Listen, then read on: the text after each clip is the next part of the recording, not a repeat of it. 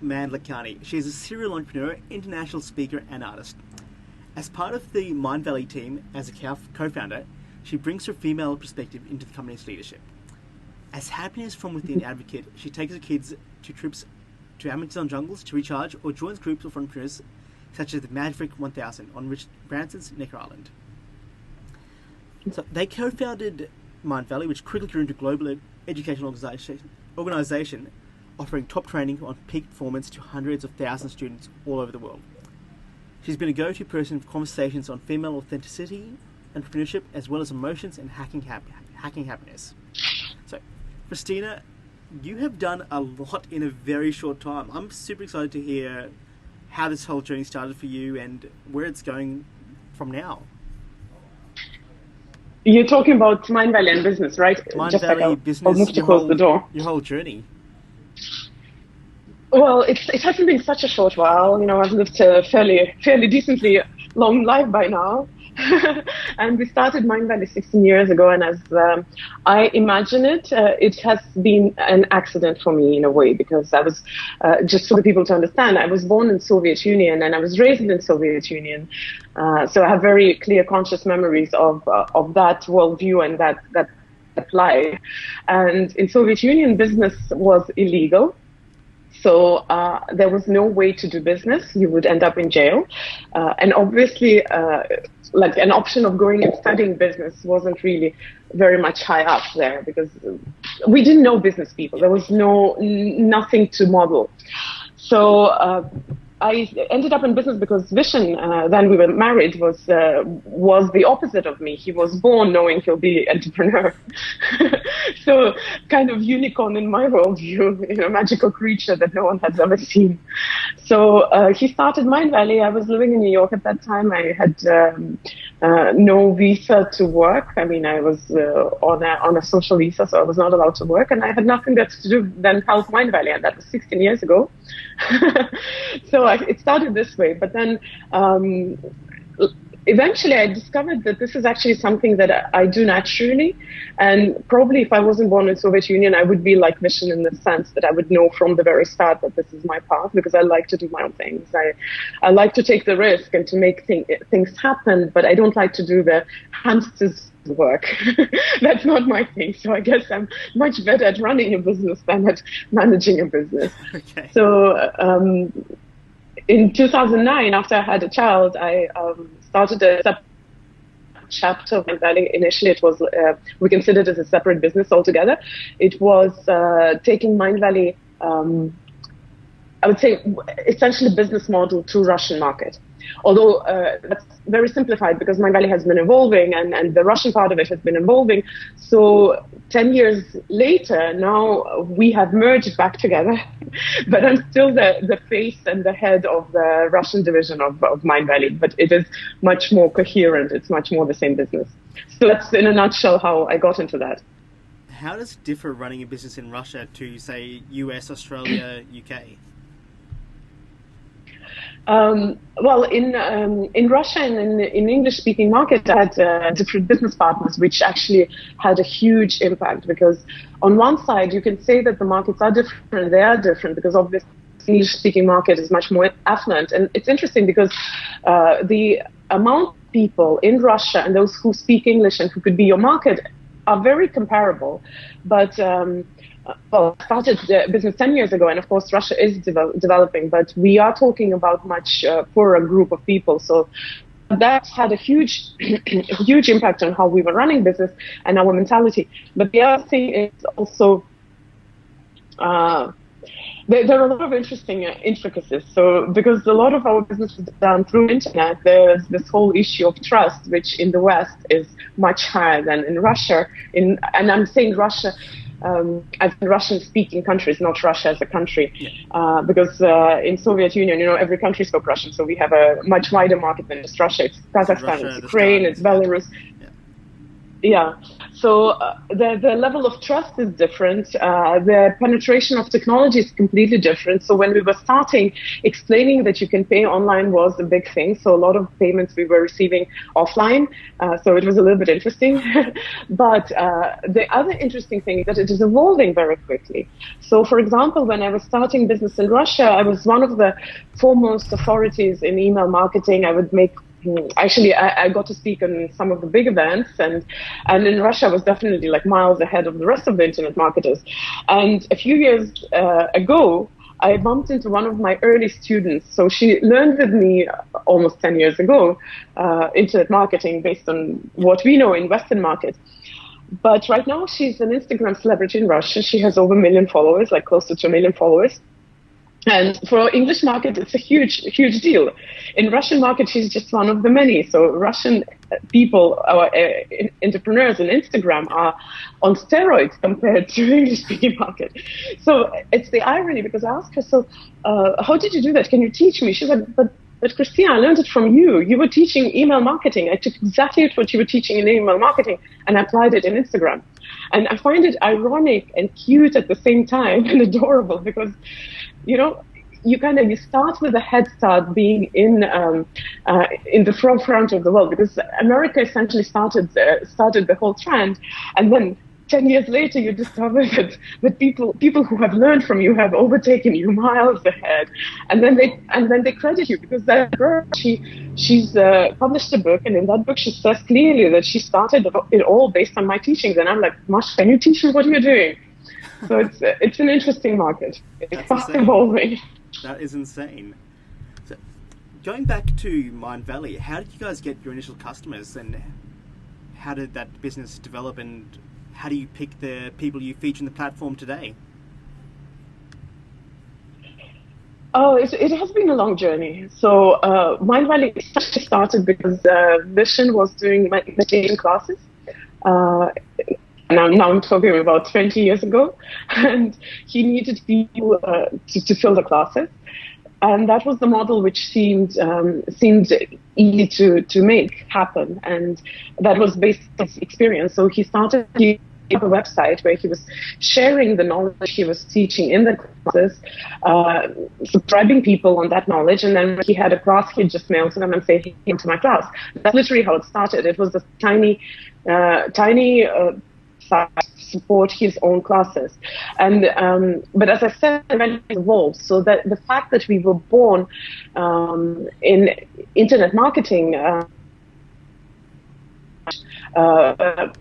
literally has not much to do with what Mindvalley is right now. So that start was a long time ago, but we've evolved, we've discovered ourselves. It's like, it's like a child. When the child is born, it's a little baby, and then as the child grows into a grown-up, there's so much evolution happening. So that was going on with Mindvalley. So we started as a site, as a marketing site to attract people to the classes. Then the model started working well, so other authors were interested. So we started helping other authors with marketing, until at some point we realized we don't want to be a marketing company, we want to be a publisher, like a regular publishing house, where you work deeper with the author. You don't just market them, but you actually produce with them. You make it sure that whatever you're offering on their part is worth it. But that was, again, a long time ago. And then as we did what we did better and better, we started getting more and more big name authors until we got to pick and choose whoever we wanted to work. And then we started realizing that the thing is not in publishing the authors, that our goal is not just to make these teachings accessible to people.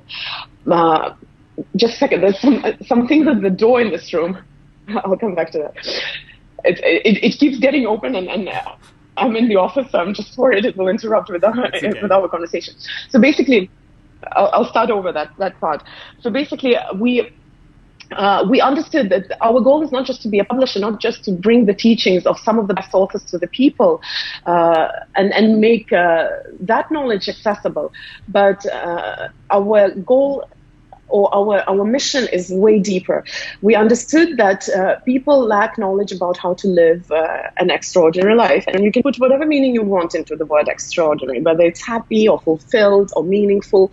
We all have our understanding what kind of life we want to live. But basically, it's the kind of life which seems like the right thing to do because we have one earthly life for this body, so why not live it to the fullest? Yet for generations, humankind has been focusing on education from the academic point of view. We have to understand sciences, language, literature and things like that, mathematics, and everything which had to do with how to live was left to discover. And generally we learn from our environment, from parents, from friends, from figures of authority, but nobody actually researched that. So the whole research into how to live properly is a relatively new thing. There were philosophers who would try to answer that question, what it is, what's the meaning of our life, how to find it, but they were on the fringe because people, to be fair, humankind was more bothered about survival than about living fulfilled life. But now that we have access to survival, we don't have to worry about how to survive. Essentially, everybody has, at least in the Western world, has the means to live.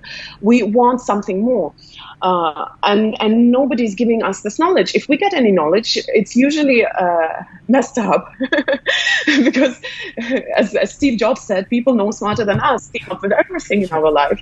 So I'm a parent, and I know my parents want the best. Vishen's parents want the best for our children.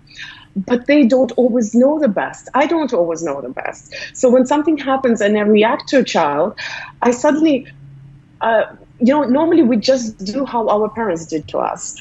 But if you come consciously to that question, you discover that you're doing a lot of things wrong.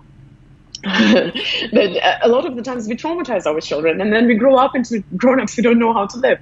So when we started seeing that picture, we realized that our goal is not just to find teachers and get their teachings out to the masses, but to actually come up with a curriculum. What do we as human beings need to know and to understand? What kind of skills do we need? What kind of knowledge do we need to live a happy, fulfilled life? And that spans everything from health and fitness. Nobody teaches us how to listen to our bodies, how to be healthy, how to eat healthy. It is now very popular, and a lot of people research that, but 10, 20 years ago it wasn't much talked about. There were diets which were pushed on us, but not much knowledge with that. So it's also about parenting, relationships, about psychology, money, business. There's a lot of teaching there that nobody shares, about success, about spiritual growth. So we span everything which is important for human life. And now that we have evolved this way, we realize that we're not a publisher like Penguin, right? We are an institution, an educational institution, and since there's no example, we tend to call ourselves university, but it is not a very appropriate name probably because we are not giving certificates, but we are an educational institution. That's what right now, and it is from marketing side to a movable. We don't see competition, companies or authors see, we just see humankind misery as our competition. We want to just help people to finally start living extraordinary lives. That's, as Vishen likes to say, we're with account as an engine to that mission. Okay. Now, talked about the users based on the curriculum and being able to make sure it's matched to film. What about the business side of things? Do you size that, or can you bring onto your platform?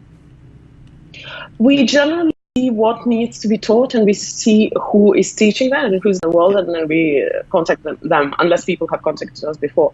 So generally, if we had a huge gap in parenting, so now we've created a parenting direction. So we see who are the foremost authorities in parenting, and we just work with them. Like Shefali Tzabari, for example, she, as far as I know, Oprah considers her the go-to person in parenting. So we reached out to her, and she said, sure. So now we work with, that's how we approach it. We see where we need to fill the gap. How do you approach getting people onto your platform? Do you reach out to them directly? How do you make these connections? Because you've got some incredible people. It's a long-term process. You just do what you do. You do it for a reason. So I love this, and I know it's not a new idea, but Simon Sinek was genius when he said start with why, and that's literally what we are doing. We are focusing on why do we do that, and because we've been in the market for 16 years, we've worked with a lot of big name authors. Of course, we have an access; it's a fairly easy access. We have a huge audience. We have millions of people. So sometimes if we need to contact someone, we might just say, "Hey guys, anybody here knows that person?" And then we'll get the closest contact and contact like this. But generally, what works is just the fact that we do it for a reason and we don't do it for business. We do it because we genuinely want to change the world. And when you come with that, then of course we invite people to our favorite event, A-Fest. we see if we gel. For us, it is incredibly important. We've been in contact with some really huge names with whom we just don't gel. We'd hang out together, we'd go out for a dinner, we'd maybe have a conversation, and we feel there is no energetic match, and we just won't pursue that because we believe that there is a reason why we don't feel connected. So for us, first, I would say it's this. I've never answered that question consciously. So right now I'm drawing a picture for the first time. I believe the first pillar is the why.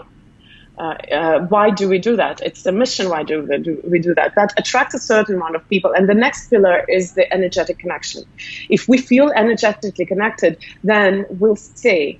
We'll stay together, we'll stick. And then the last pillar is the actual business.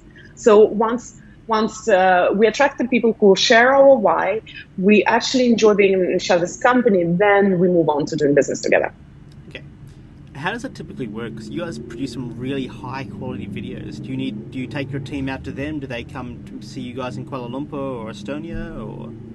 We have a video team in Malaysia, of course, but we also have a studio in US. A lot of authors are there, or a lot of them are based there, or they just go travel there, so they will record them there, or here, or occasionally at our big events. That's cool. That's very cool.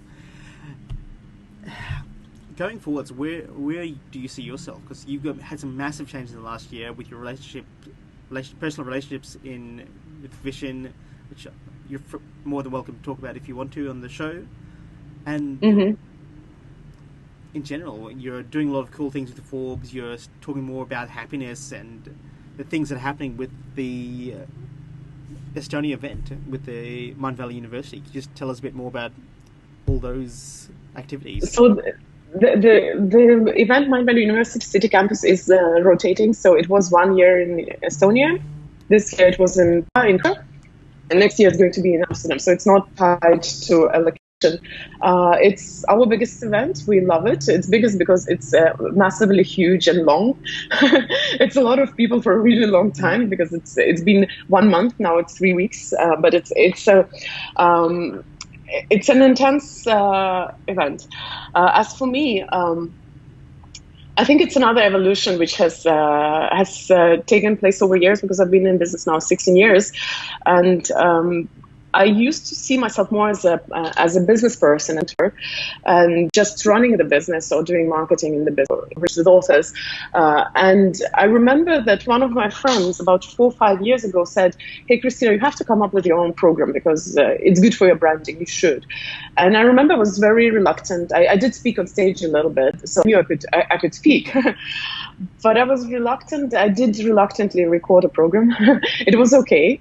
And I know parallel to that, Vision had his teachings, his programs, his books. So I could understand why this was happening, but it just didn't feel natural to me.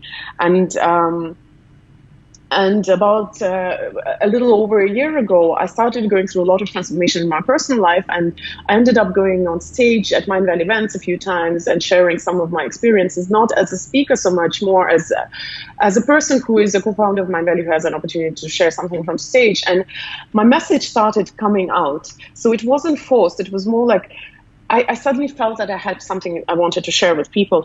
And last year I recorded a second go of my program, and that wasn't made for the purpose of branding or for the purpose of, hey, it's your business, you should, but it was because I suddenly felt that the voice the voice came out of my throat for finally after all those years.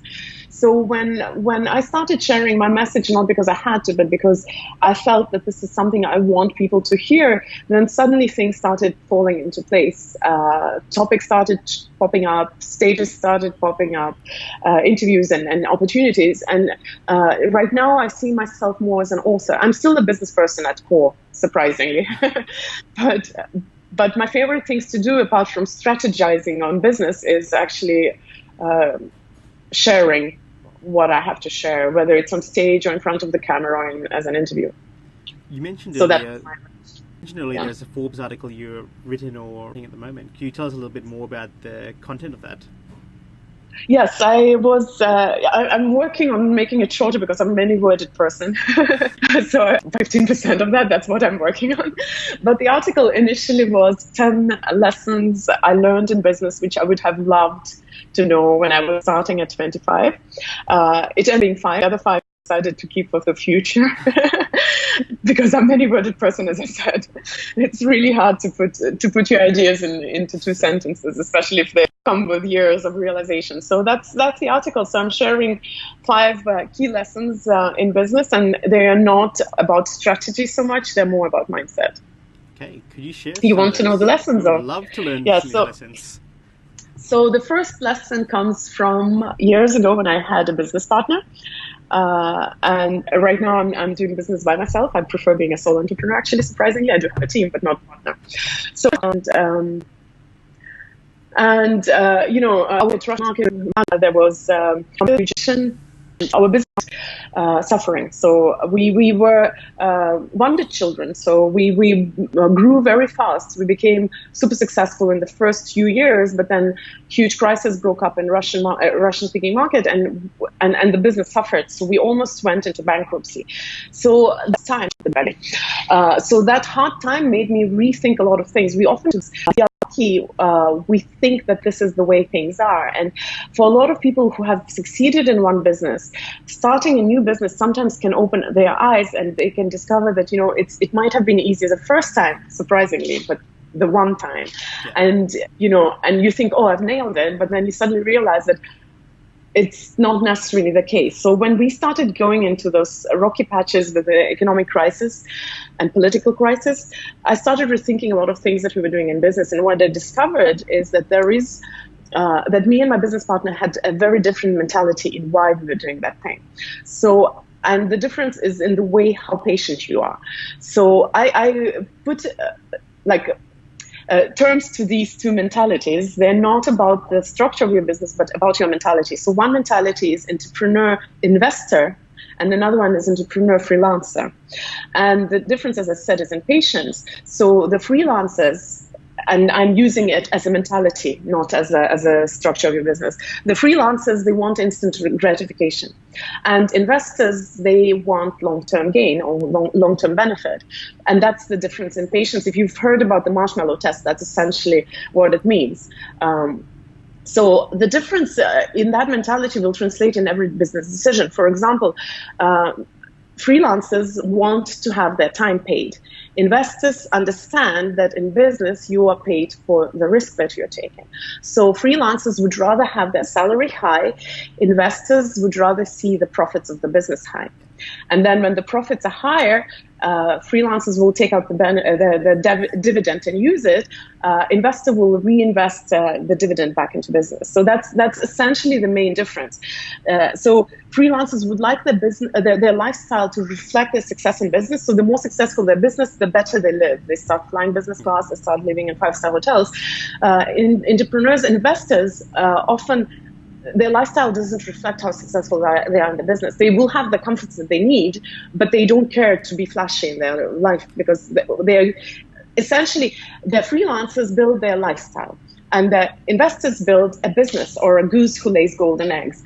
And a friend of mine, an author of a book, Garrett Gunderson, I love his quote. He says, the best investment you can make is in your own business.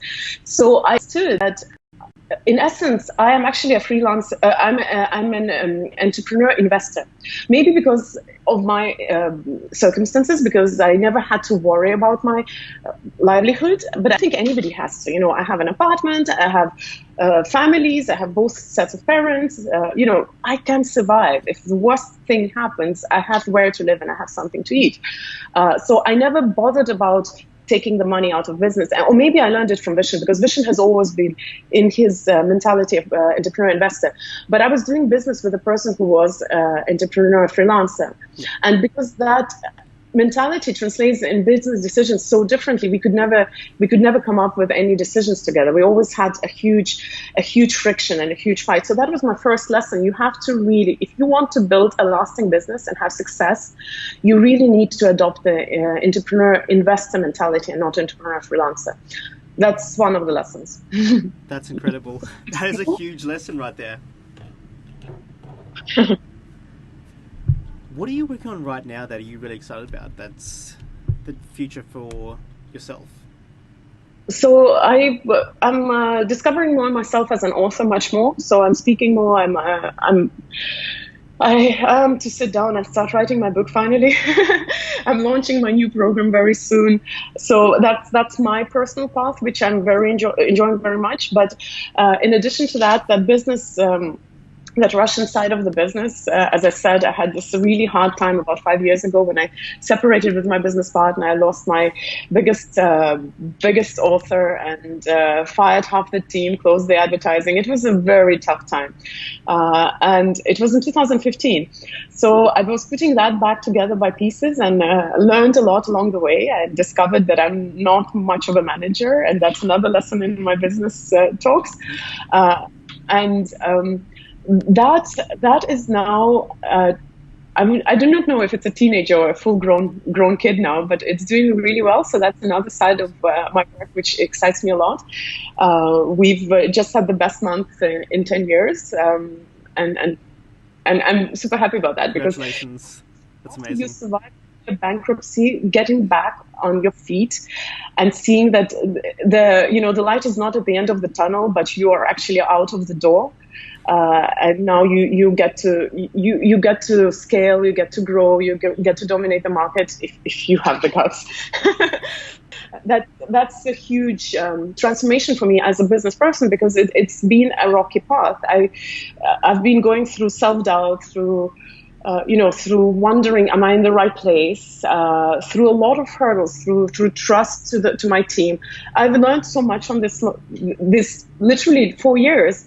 And seeing that finally it brings the fruits, you actually finally get like this moment of satisfaction, like, yes, I was right. I did have to stay. I didn't have to leave, and I didn't, and I'm happy. So these are the two things I do right now. Love it. Can you tell us some of the daily habits you have that you'd say are attributing to your success or happiness? I am, to all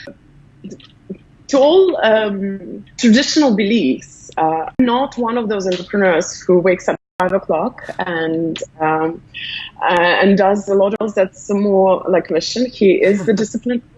I'm the non-disciplined person. I am the floater. Okay. That's another lesson I learned in business. Business is a creative process. So, and again, this is applicable to me because that's my personality. I discovered that my sleep type is a wolf. I function better in the second half of the day. So I love to sleep in. When you called me, I just walked into the office. I'm sorry to tell you. I know I might have disappointed you, but I couldn't wake up this morning. I sent my kids to school and decided to sleep in their bed because I thought the energy there was nice. So that's what I do. All my life, I've loved to study and I've loved to sleep, these two things. But the thing is that, you see, I'm not a lazy person. I'm not a leisurely person. I'm a floater, which is a different thing. So I believe we romanticize the idea of hustling. When I lived in New York 16 years ago, everybody in New York was a hustler. And I'm using it in the same sense as Gary Vaynerchuk uses it, that you would ask, how are you doing? And everybody would say, oh, I'm busy 24/7, or I work 80-hour work weeks. And people felt pride saying that. Yeah. I'm surrounded by a lot of super young people, 25 to 35 years old, and they love to hustle. That's the like it's a romantic idea. You have to hustle. People believe in that. They think that you have to hustle if you want to be successful. If you don't do that, you're not going to deserve a success. And actually, it's an interesting thing, because if you look at it philosophically and go deep into that, you realize that you're tying the idea of success to hard work, to sweat, to blood, essentially you're tying it to resistance, to friction, because unless you resist, unless you're doing it through some kind of resistance, you don't feel that you truly deserve the success. You have to wake up early, you have to work hard, you have to put long hours. Otherwise, if you get success, you didn't deserve it. That's one of those things very important, isn't it? It's like in the gym. If you go to the gym and you come out of the gym and your muscles don't hurt but enough for come from, because which is good. Sure, fictional. I know said that I am not put my abilities into things which you. So if we were to, from a child, idea of was all six and everything sucks, and I don't do it. Idea of six, I'll do it the best way, and then see how to get there. Imagine if all that effort into which you don't like, which doesn't work, you could focus on something which you truly love. And I learned actually when I parted with this part alone in my business, students my part better than my maid. So good at my apartment, but I'm not going to do that, because even if my maid doesn't do it just as well as I do, I'd rather pay her that and buy myself time. And I know it's a simple example, but it's true in our business as well. We end up doing things which, maybe I'm the best at marketing, but it doesn't mean I'm going to do that, because there are people in my team who can do that as well. Richard Branson taught us that idea when we were in Neck Island with Vision, like years ago. Vision asked him, how do you run businesses? You have like 300 businesses. He said, I have an idea. I see people who share that idea, who share that mission, who can do the work, who can execute it, and probably even better than I do. And then I just get out of their way. And that's what I discovered in my business. Team runs the business better. I'm a really bad manager. I can do everything, but I will be forcing myself. I'll be doing the thing which is not good for me. So I discovered that all I want to do is the things that only I can do and nobody else can do. Only I can do that, then I will do that. If somebody else can do that, even if it's marginally worse than I will do that, I will not do that. Because why? I'll buy myself time. I'll buy myself freedom. The thing is that creativity doesn't happen in a hamster's wheel. And when we are romanticizing hustling, we essentially put ourselves into hamster's wheel and we deny ourselves space to create. And we become amazing managers of our lives, amazing managers of our business. But for quantum leaps, for amazing growth, you need space. So how does my day work? I wake up and I see, how do I feel? I do have agenda. I do have meetings. Occasionally I'm late for my meetings because I'm not terribly organized. But I'm not lazy and I'm not leisurely. I just like to float. It's like a surfer, For a long time, the surfer is in the sea. It's a tiny dog. They're kind of just on the surface. You don't know what they're doing. And then when the wave comes, they just jump on the board and they are out on the shore with speed and, with a lot of fun. So I'm the surfer. I'm not the hustler. And I don't like the hamster wheel. I prefer the surfing board. I've got a question that's come in here. Where do you see the world in 10 years' time? So based on all this futuristic type stuff you guys are doing and the preparations you're doing for education and the future of the world, changes that we need to be prepared for. I think I believe in the goodness of humankind, and I believe that the things will essentially work out. But right now, I do not know how it's in Bali. Probably it's not as bad. But if you look out of the window on KL, I cannot see the sky. All our talk and potential, we really have to take a pause and start thinking, what are we doing to our home? Because there is no plan B. We don't have another home. We only have one planet. The whole planet is our home. Unfortunately, we still believe that, if the rainforest is burning in the Amazon or in Indonesia, like next to us, then we in Europe are fine. And I come from Estonia, where the air is super clean and the nature is super clean. But the problem is that, if in your apartment, if in your house, one room burned, your whole house would stop being livable. Last year in November, Vision's parents' house burned down. Not the whole house, just one spot in their living room burned. But they have moved out and they have to rebuild the whole house because the whole house goes through it with the soot and smoke. So unfortunately, I start feeling more and more pressure that we really as a humankind have to wake up, because if you think about that, we have everything to live a more sustainable lifestyle right now. Technology is there. If we just stop doing this stupid stuff that we do right now, the technology is there. We do not have to ruin our home. We do not have to ruin our environment. But we are doing it because, why? For many reasons. Because first of all, the economic interests are not supporting. Like, why is it that I want to have an electric car, but why is it that only Tesla offers all electric cars? I love BMW, but BMW doesn't have a model. If it has a model, it might not suit my other needs. So for me, to be ecologically sustainable, I have to go for something incredibly expensive. Why is it that for the humankind to make ecologically sustainable choices, it is a privilege because it costs so much more? So destroying the planet is cheaper. It's more accessible to the majority of the humankind. Because where does the pollution come from? We might say, oh, we Western countries are ruining the world. Unfortunately, I live in Asia and I can see how much pollution is happening here. It is the poorest nation, the poorest people who, not because they want, they don't have access. Because sustainable, ecologically sustainable things are not accessible to majority of the people. So we end up ruining our planet. And I was listening in the gym yesterday. I hate the news. I don't read the news, but they were blasting over the gym the whole 1 hour that I was there.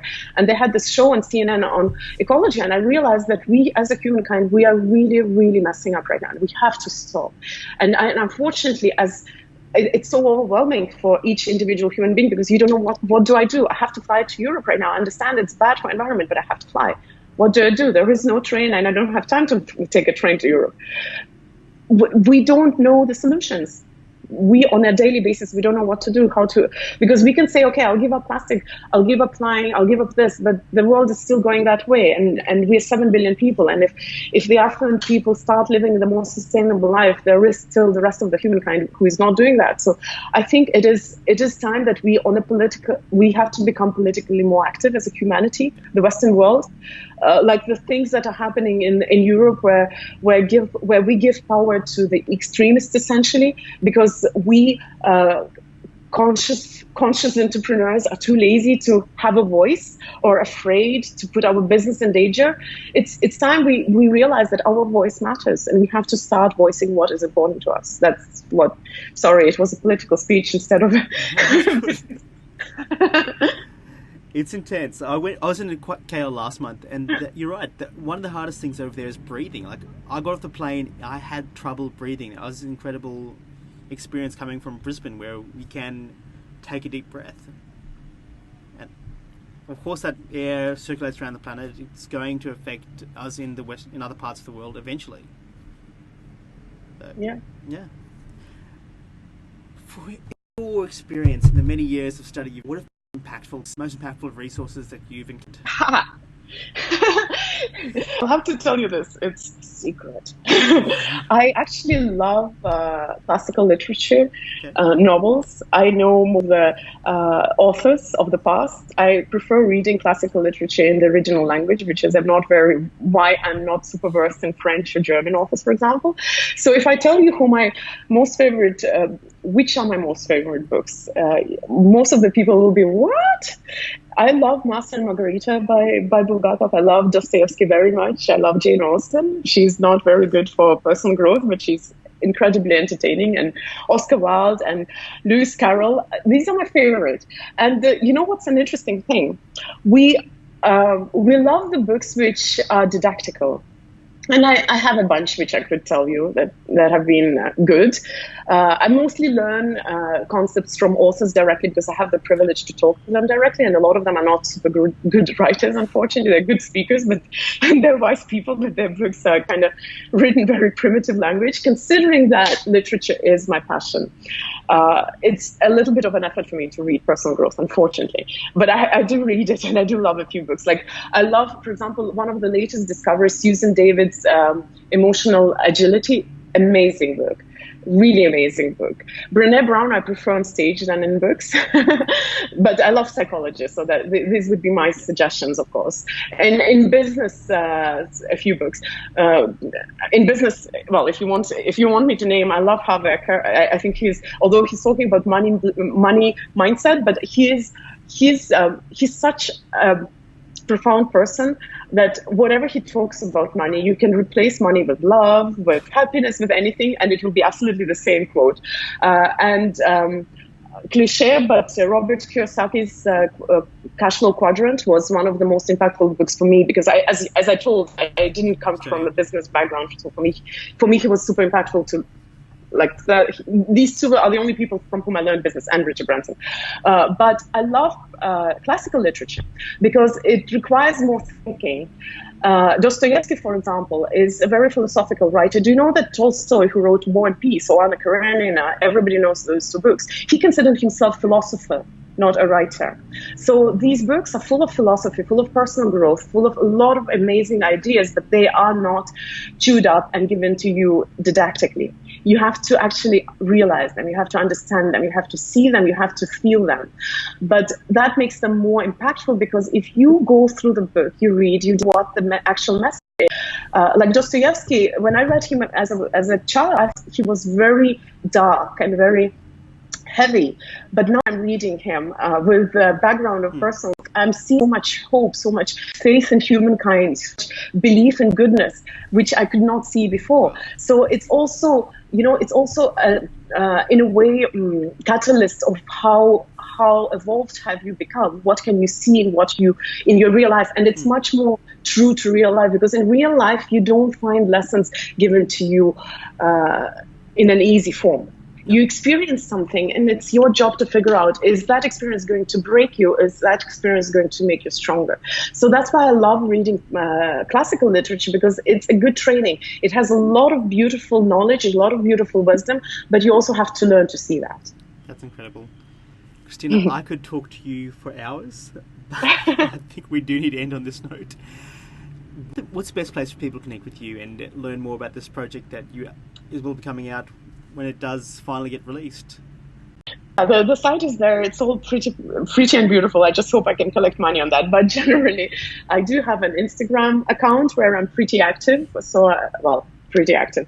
I post...